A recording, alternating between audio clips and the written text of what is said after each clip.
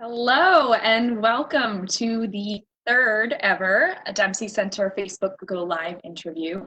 Today we're going to be talking about COVID and coping with uncertainty. So my name is Sophia. I'm a client services specialist here at the Lewiston Dempsey Center. And I'm here today with Patti Sands, oncology counselor for the South Portland Center. And I just want to let the audience know if you have any questions, make sure you pop them in the comments and we'll be sure to get to them by the end of this video. So, Patti, thank you for joining me today. Can you tell us a little bit about what you do at the Dempsey Center and a little bit about how you came to do this work? I'd be happy to, Sophia. Thank you so much for introducing me. Again, my name is Patti Sands, and I'm a psychosocial services coordinator, which is a mouthful of a title. But what it means is that I provide short-term counseling for families, individuals, couples, kids, for anyone that's impacted by cancer. So that can mean the person with the cancer diagnosis, the caregivers, the support people surrounding them as well. I do that we all do our services at no cost to the client, which is a lovely way to provide services. I also facilitate support groups, which we now do some virtually right now. And I also oversee the support groups when we're in the South Portland Center. The other smaller part of my job is that all services related to bereavement, including our legacy and life program I oversee. I came to do this work, I guess initially after graduate school, I worked on a grant for what's called the Maine Children's Trauma Response Initiative, and it was to help kids with symptoms of trauma. And I was really taken with people in tough situations that had to overcome incredible obstacles. And people would say, well, don't you find that work sad? And, doesn't that bring you down? And all the time I would think, in fact, the opposite is true. What I was so impressed with was the incredible resilience that human beings can have in the face of adversity. And what I've really found is that translates so well to folks that have been impacted by cancer. Their resilience is incredible. It's heroic. I admire it day in and day out, and really find great joy in the work. Awesome. So, Patti, our topic today, as I mentioned, is coping with uncertainty. What do you mean by uncertainty, and what kind of uncertainty are we going to talk about today? So, great question. I guess I'll describe uncertainty as whenever we don't have any answers or plans, it throws us into uncertainty.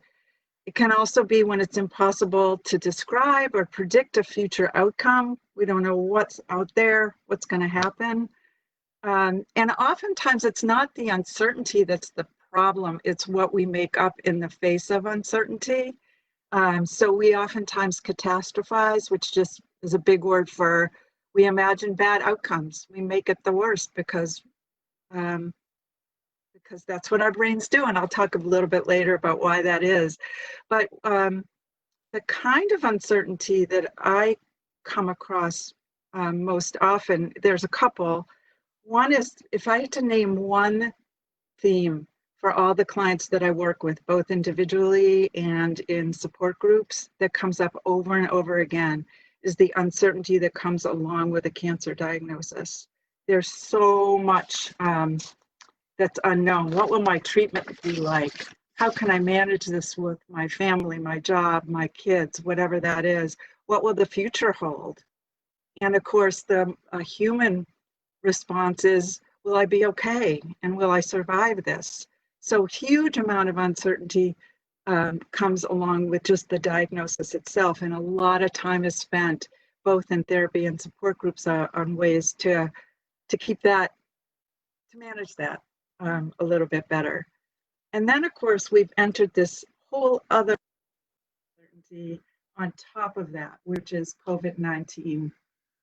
And Um, Now we have social distancing and school closings and travel bans. And um, for folks with a cancer diagnosis, that includes, do I go to my doctor in the same way? Do I have a virtual appointment? Do I have a regular appointment? Will my treatment be impacted? How do I access the doctor? How do I keep myself safe, knowing that I'm more at risk having an immune system that might be weakened? So we've had the first layer of uncertainty, which is just the diagnosis itself, which is huge. And then we've added this second layer of uncertainty in the world. And so a lot of folks are struggling to cope with both of those layers. Okay. So that kind of leads me to my next question then. Obviously, working at the Dempsey Center, we learn a lot about the human experience as a whole, but what have you personally learned from cancer patients, survivors, their families about uncertainty that you might not have expected? This was such a surprise to me, and such a good surprise. Um, a lot of folks have said, with the COVID-19 situation, we kind of already have practiced a lot of the things we're being asked to do. So, for example, we had to isolate before somewhat because our immune systems were compromised. We had to practice social isolation. We had to have other people go grocery shopping and rely on other people's help. So a lot of folks kind of said, we're kind of ahead of the game in this. We know what it's like. Um, and now it seems like just other people are kind of catching up with us as far as knowing what to do and how to handle the situation. And I thought that was a wonderful kind of like, we got this part um, answer to that I hadn't expected in any way. I think if there's a critical difference that people mention, it's that with a cancer diagnosis, some of the things that you're asked to do, like be careful of your immune system while you're in treatment and so forth, come to kind of a natural end as treatment ends and you build your immune system up. So in a way, there's a timeline associated with that kind of uncertainty, whereas we are not so sure what the timeline is with the COVID-19 uncertainty. So there is kind of that nuance there. Yeah, that can be really difficult. Yes, absolutely.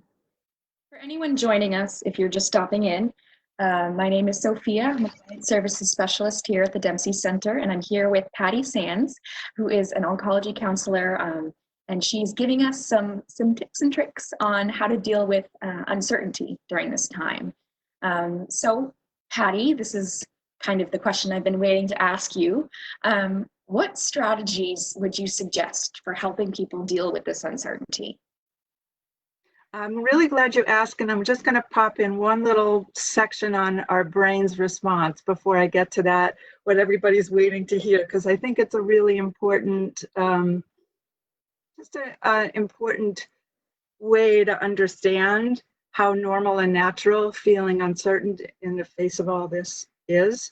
So basically, our brains don't like uncertainty. We want to know why.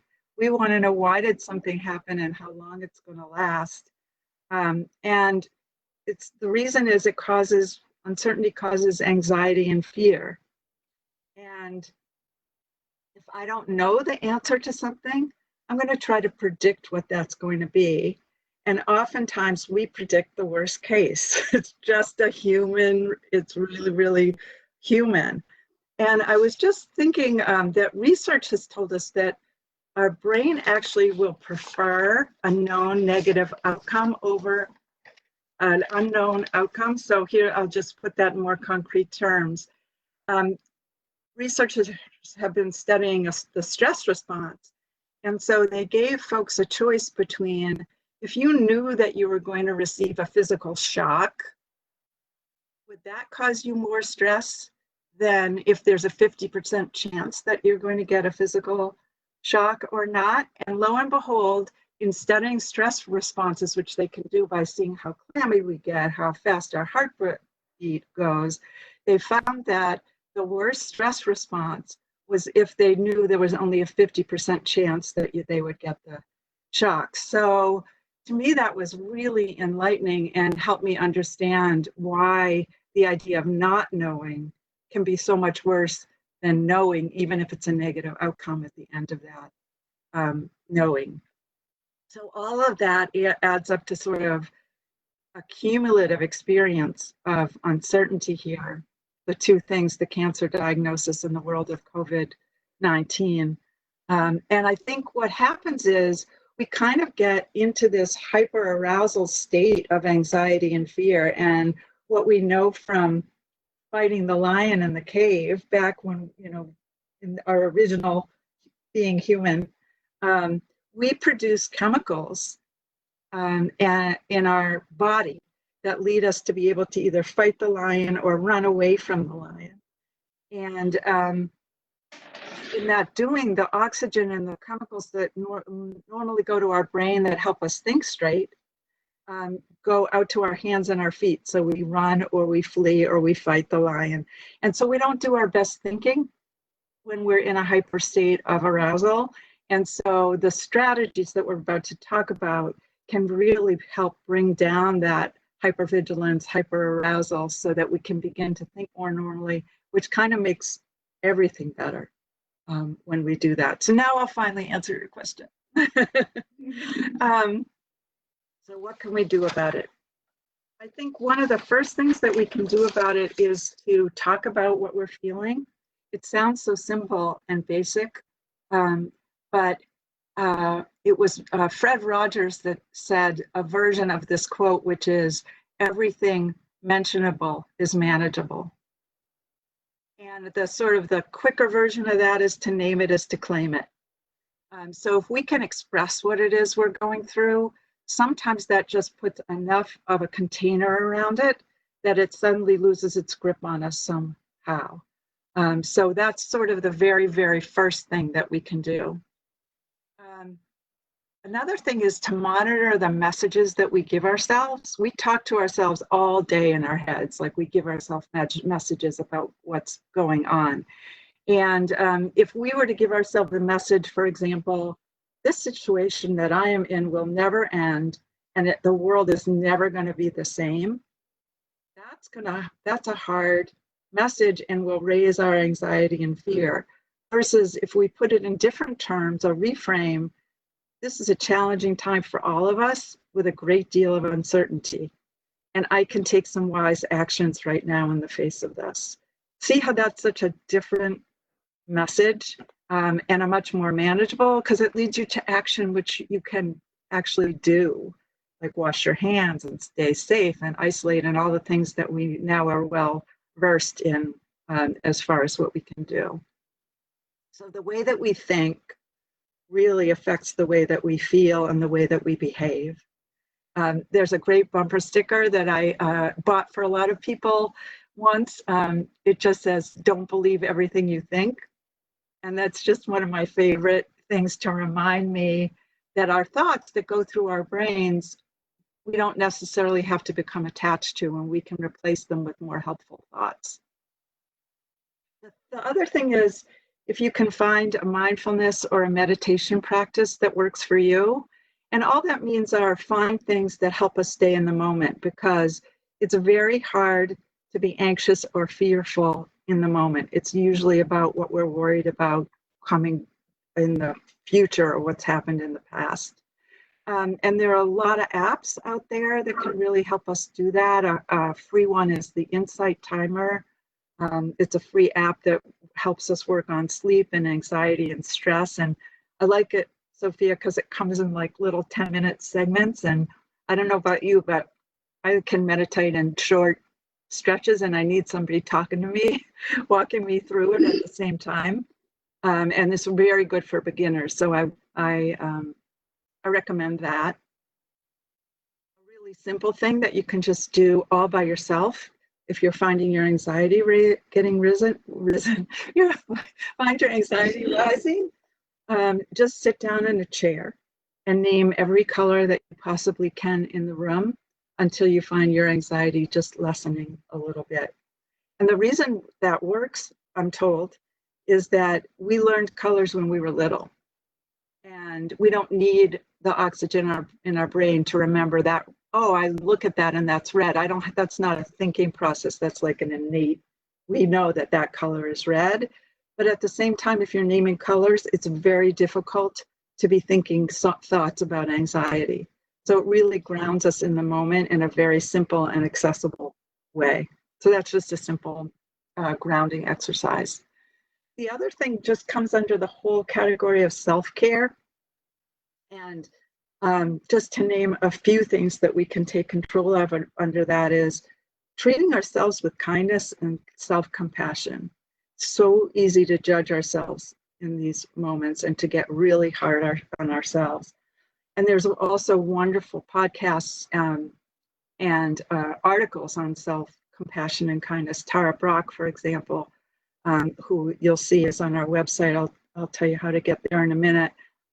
Has wonderful talks that she gives about self-compassion and kindness. Find, if you can, a physical activity, even if it's walking around your house. If you can, get out in the garden or walk down the street, just a little bit of sunshine while practicing social distancing, have to get that in. But sunshine and vitamin D and just looking at the flowers pushing up in the ground can just be a wonderful source of self-care. A little bit of adding structure to our day, even if it's try to set a waking up time and a going to bed time, and call chunks of things structure, like this is meal time, this is meal planning time, this is the time I'm going to let myself read, or this is the time, my work time if you're still working. So structure can really help us in the face of all this. Limit our news intake. This is a big one. I know people that have been on a news fast for a long time, and what I would just say is it's important to stay current with the news. So maybe a fast is a little extreme, but certainly monitoring the amount of news that you take in and make sure it's from a reliable source just to stay current. And then really try to just stay away. It contributes directly to our anxiety. You can really crank that up. If you have heard of practicing gratitude, that's a wonderful thing to do. There are studies that show huge changes in our brains in the positive direction just by writing down 3 things a day that we're grateful for. They don't have to be big things. They can be, I am really grateful for that first sip of coffee in the morning. I know that's always on my list. so perfect. And then to look for things, I think we feel in these times, both in terms of a cancer diagnosis and COVID, that things feel out of our control. So what are things that we can take back in terms of our control? Sometimes that's a clean kitchen, or sometimes it's getting rid of books that you've been meaning to donate for a long time. It doesn't have to be big things, but searching for things that are within our control. And then this is a big one, and do what we can. People are getting really creative to keep meaningful connections. So some of that we'll talk about in terms of resources and connecting with people through the Dempsey Center, but also having Zoom parties with friends that you're close to, or finding ways to socially distance and catch up with folks if you feel safe doing that, or phone calling people that you haven't talked to. I heard from a cousin yesterday that I hadn't talked to in a really long time because she was reaching out to people that were meaningful in her life. So connections, we're human, we live and thrive on connections, so find ways to keep those up. Awesome. And now I think I can actually answer the resource question that you asked about a while ago. Do you want to ask it again just so people know where we are? Sure, yeah. I was just asking about strategies that you would suggest for helping people deal with uncertainty. And you just gave us an amazing list. So bringing the Dempsey Center back into the conversation,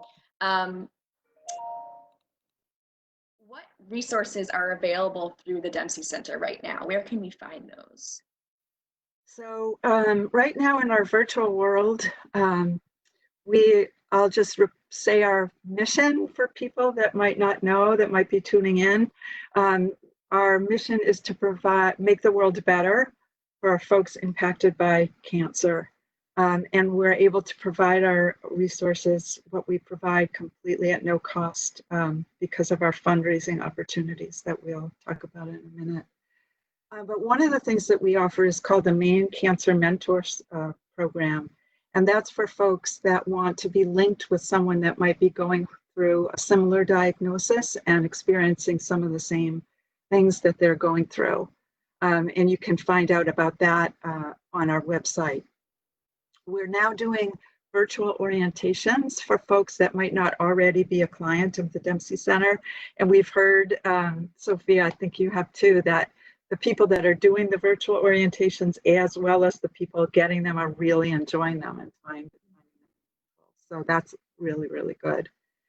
We also have been able to continue virtual counseling services to our current clients, and those are short-term counseling services depending on the situation of the client, and it's for those impacted by cancer, families, support people, caregivers, and kids. We're offering some virtual support groups right now. And I think we have 5 at this point up and running, and those right now are full, but we'll be offering some more soon. So please watch our website for those that are up and coming. I also want to just let people know that on our website, you can sign up for email blasts, which come out on Sundays. And if you want to really stay current with what's going on at the Dempsey Center, sign up for those, and they highlight 1 or 2 or 3 things that are up and coming that we might not have offered before. But we also have virtual workshops and instruction right now on our website. We have programs such as Pilates, yoga, massage for self-care that you actually are being taught how to do for yourself, acupressure for pain, nausea and fatigue. We have a 4-part food as medicine nutrition class coming up, and virtual Tai Chi and Qigong. And lastly, just point out that we have something on our website called Dempsey Connects. And what it is a bunch of resources. So there's on that page are websites, videos, articles, guided meditations in 6 different categories. So if you go on the website, you'll see Dempsey Connects, and under that will be 6 large blocks. And one of them is stress management, one is nutrition, movement and fitness, youth and families, education and learning, and grief and loss.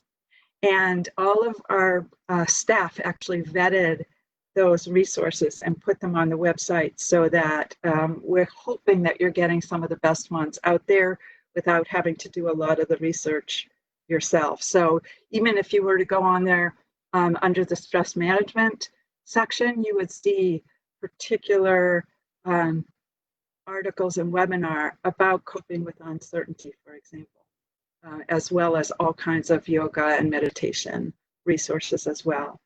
And last but not least, can't go away without mentioning, we're going to have our Dempsey Challenge, however it happens in this world, we hope live, but if not, we're going to figure out a way to make it as live as it can be for everyone. And there's information always on that on our website. Awesome. Yeah. Good point to bring that up. So we do have actually a couple questions from our viewers. The first question I have here is, if I'm someone who is used to planning ahead and I need that kind of stability, what resources could help me deal with COVID right now? I think that's a great question. So I think of these paths in front of us, like there's the path of kind of every day, and then there's the path over here. I think of it to the right for some reason, and it's the path of what ifs. And it's that path that sort of doesn't help us if we start to think about it, because it's really about worry and uncertainties and fears and things that we guess at. But over here, and I think this gets to the question, to the left, I think of it as a path to our left. It's the path of coping ahead. And it's really about taking control of what we can control and making plans, asking questions of our doctors, asking, finding resources that are viable and meaningful, as opposed to going down the rabbit hole that the internet can be sometimes, as well as taking care of ourselves. So I think that if you're a planner, continue to make the plans that you can and know about, and then name the ones that you can't. And just say, right now, this is impossible to make a plan that's for certain in the future, but what can I do instead? That's a great way to put it. The other question we have from our viewer is, how do we know when we should seek professional help with our anxiety? That's a hard question to know, and I think it's different for every individual. But I think if it starts to impair your functioning, so by that I mean if it starts to interfere with your ability to do your day-to-day functions, that's always a great little signal to go, maybe I could talk to someone. The other way to do it is to actually set yourself up to talk to someone and help them help you decide whether to continue with getting help. I also want to say that right now, in the world that we're in, most of us probably could use some help.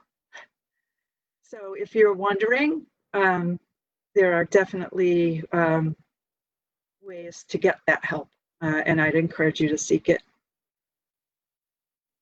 Thank you. It's good to hear. So that concludes all my questions. I'm not sure if you have anything else you'd like to add or tack on to the end of this conversation, but no, I think I'm all set. It was a delight to be able to spend this time with you, Sophia. Thank you so much. I really needed this conversation. It was very helpful. And for our viewers, we're going to be doing these live interviews. Like I said, we're going to be doing them once a week. And we were so lucky to have Patti this week. Thank you so much, Patti, for being here. Anyone who's interested in following these interviews, turn on the notifications on your Facebook. You can get notifications for whenever we're going live or posting new things. And check out our website. Our website, as Patti mentioned, has some really, really great resources that I strongly encourage you to check out. DempseyCenter.org covers all different aspects of taking care of yourself, which is so important right now. So definitely check out that and make sure to stop by next week. Thank you so much, everyone, and it was a pleasure, Patti. Thank you. Thank you very much, Sophia. Bye-bye. Bye-bye.